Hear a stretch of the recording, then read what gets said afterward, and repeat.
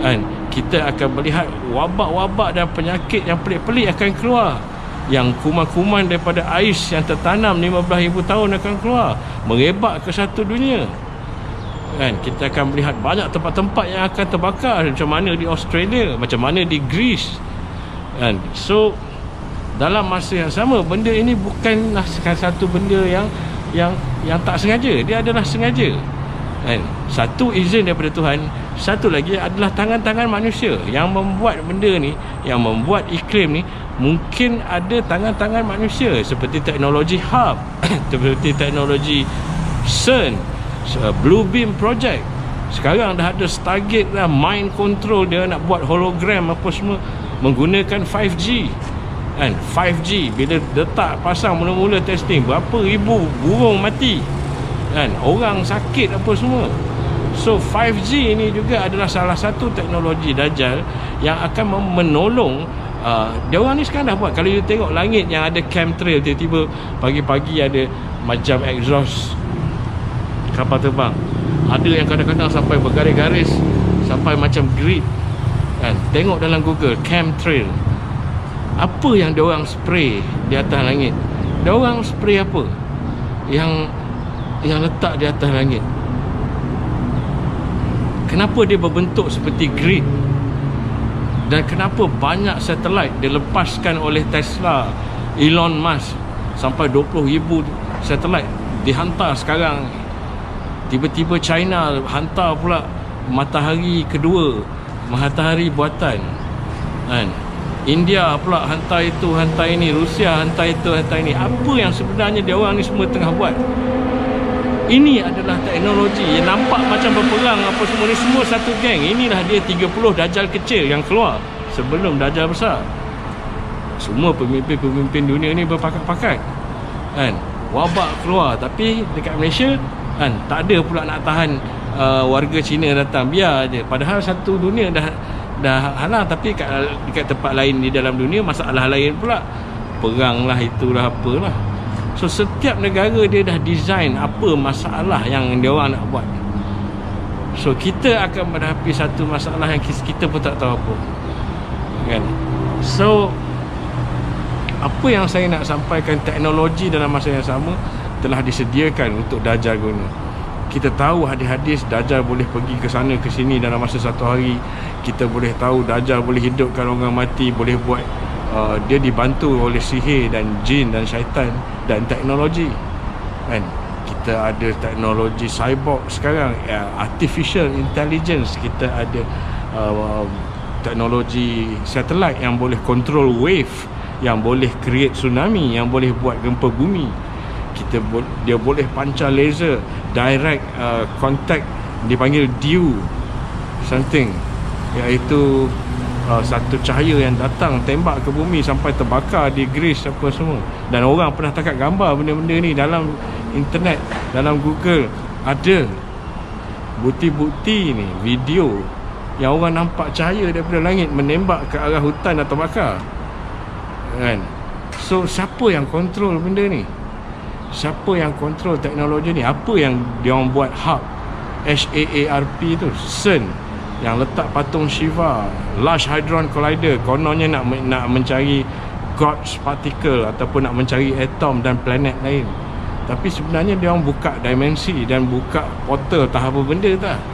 Kan sekarang ada 5G, hologram boleh keluar. Satu lagi saya, sebelah saya ni boleh keluar seorang lagi sebiji macam saya, tapi boleh berbahasa lain. Dia orang boleh program pula saya boleh diklonkan keluar kat tempat-tempat lain.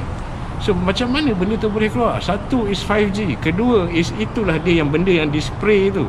Di dalam udara kita ada partikel, wave, ada delta wave, ada beta wave, ada theta wave, yang mereka boleh gunakan untuk create keluar satu lagi tanpa memerlukan projection, tanpa memerlukan satu alat projector.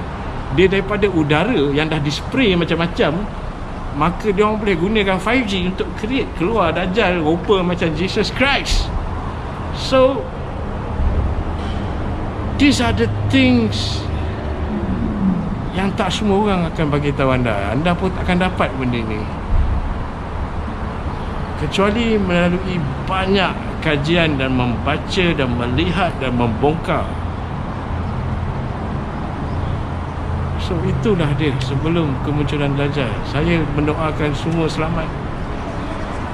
Kalau kita pergi dengan menjadi orang yang beriman, jangan pergi sebagai orang kafir. Solat 5 waktu, fahamkan.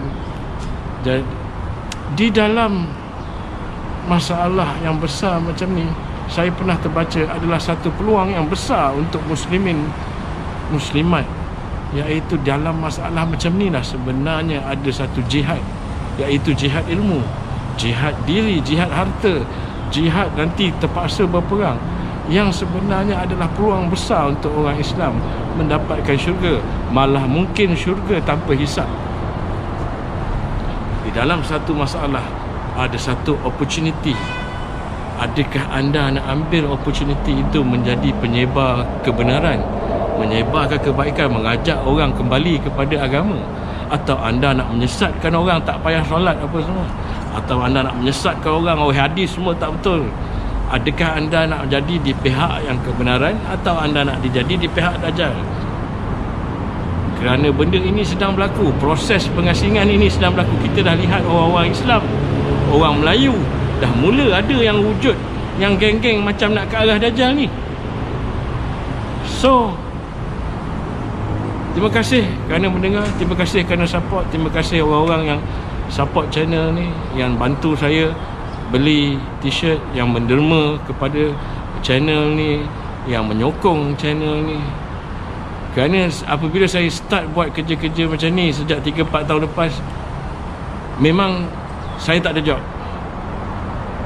Nama saya di ban di sana sini, orang pandang saya satu macam, seolah saya ni gila ke, ataupun seolah saya ni orang yang radikal ataupun macam-macam. Tetapi saya dah tak boleh stop. Saya dah buat dan saya kena teruskan. Rezeki Allah itu ada di mana-mana, insya-Allah. Terima kasih atas bantuan anda semua. Saya tak tahu hayat saya sampai bila. Saya tak tahu 1-2 hari lagi saya kena wabak ke apa ke. Saya tak tahu apa yang akan berlaku pada saya. Tapi sebelum saya pergi, inilah amal yang saya nak buat. Inilah perjuangan yang saya nak buat. Saya nak jadi penegak kebenaran. Saya nak, kalaulah saya mampu, saya harap Allah terima apa yang saya buat dan menjadi tiket untuk saya selamat daripada azab kubur dan azab api neraka. Dan ini juga adalah amalan saya untuk arwah ayah saya, supaya amalan saya ini adalah amalan yang menyelamatkan mak ayah saya. Terima kasih semua. Assalamualaikum warahmatullahi wabarakatuh.